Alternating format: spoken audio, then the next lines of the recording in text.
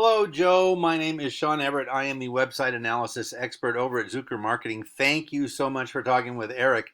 I'm glad that you did, and I'm glad that you are open to this analysis because there's some things I want to go over with you, and there's things that you have done right and things that you could tweak to help yourself make this website be actually something that works for you, something that actually brings you customers and gets money in your pocket.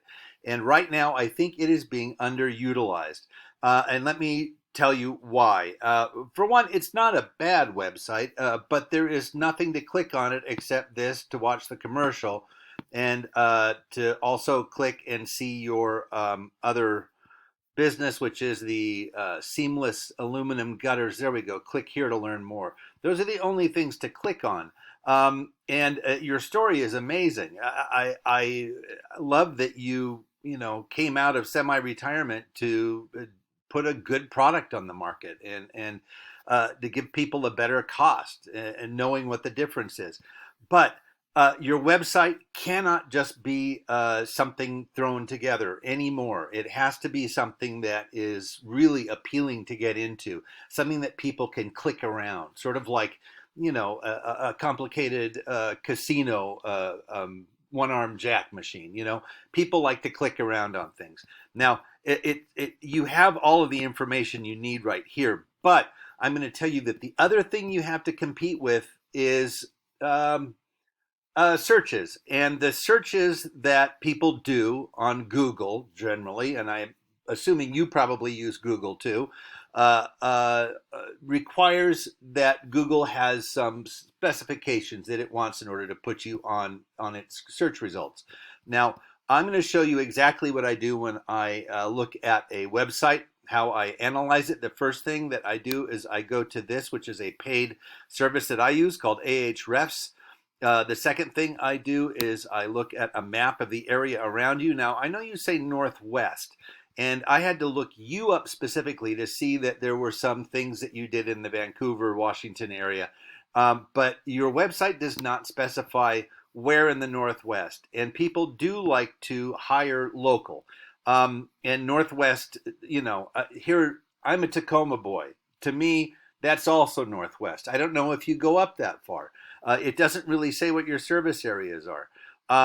So here is the next thing I look at. I do a Google search. In this case, I did Vancouver, Washington, gutter filters. Now, I'm going to have to explain a little bit about how Google works. I'll keep it brief because I don't want you to fall asleep while you're watching this.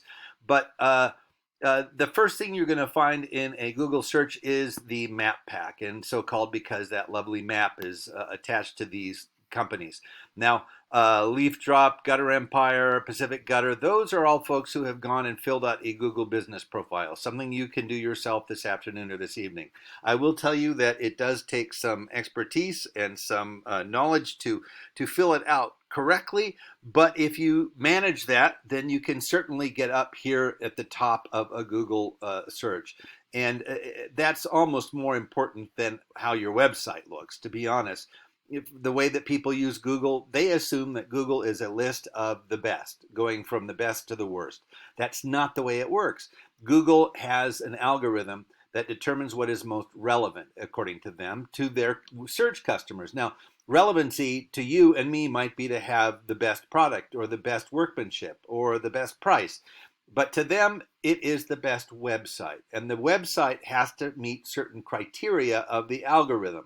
The algorithm being a mathematical construct, it doesn't know the difference between left or right. It just knows words. And let me show you what I'm talking about. Underneath the map pack, we have the organic search results. Now, what I did was I selected the very first one here. This is Northwest Roof Maintenance. They say they are gutter guards in Portland, Oregon, and Vancouver, Washington. Here's their site. It has a nice truck. It shows the gutter guards. And compared to your site, it is a little bit more sophisticated, but that's not always a problem. Let me take your site. I'm going to cut and paste all of the words into this word counter. You have 502 words in your website.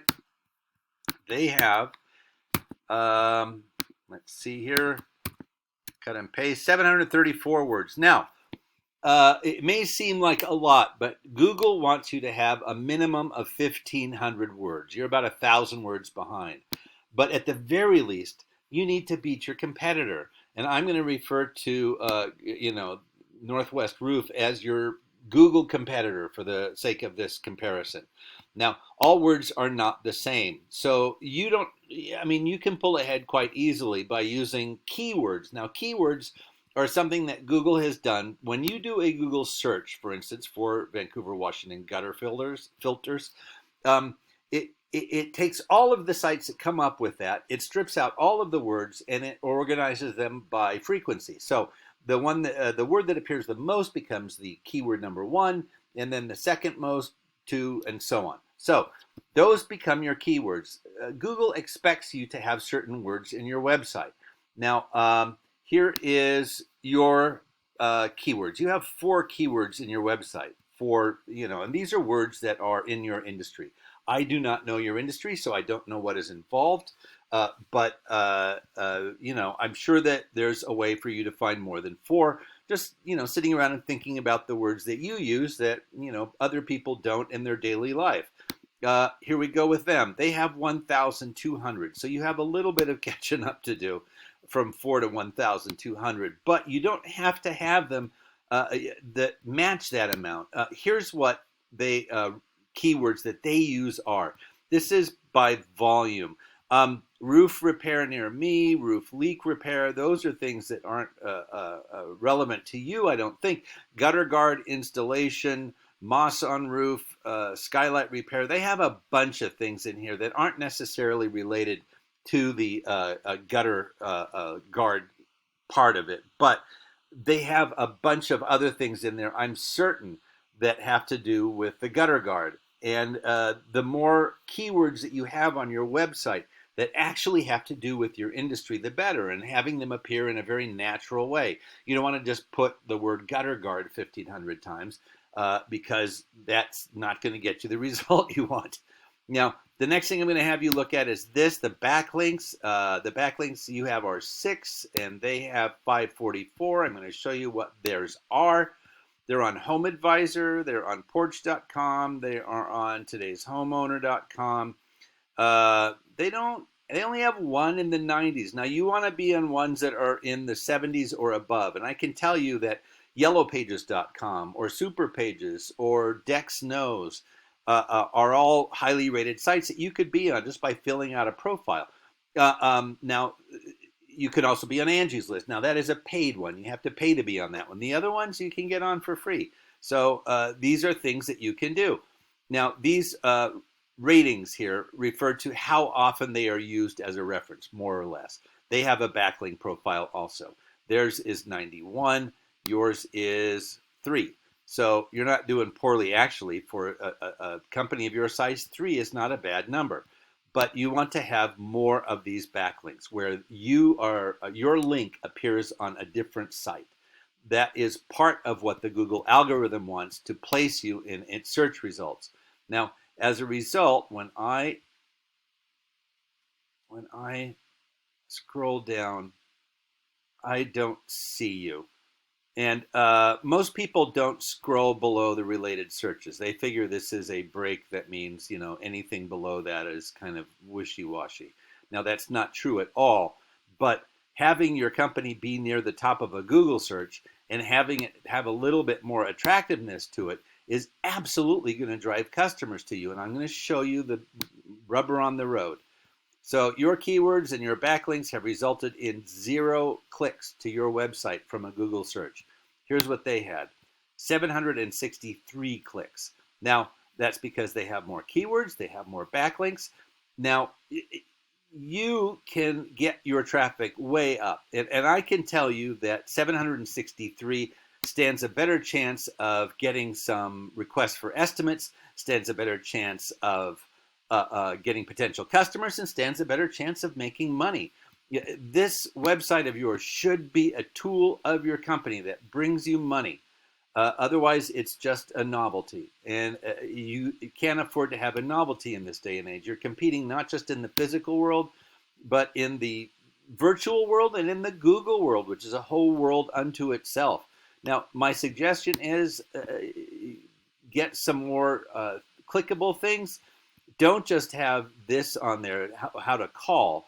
Have a link that actually makes the phone call for them. That's what people like. They like to click and not have to do much. Clicking is real simple. Picking up a phone is 1, 2, 3, 4, 5, 6, 7, 8, 9 clicks, 10 clicks, as opposed to one, you know? So some guy with a Cheeto in one hand and a mouse in the other is not going to scroll very far, and he's not going to do a lot of clicking if he doesn't have to.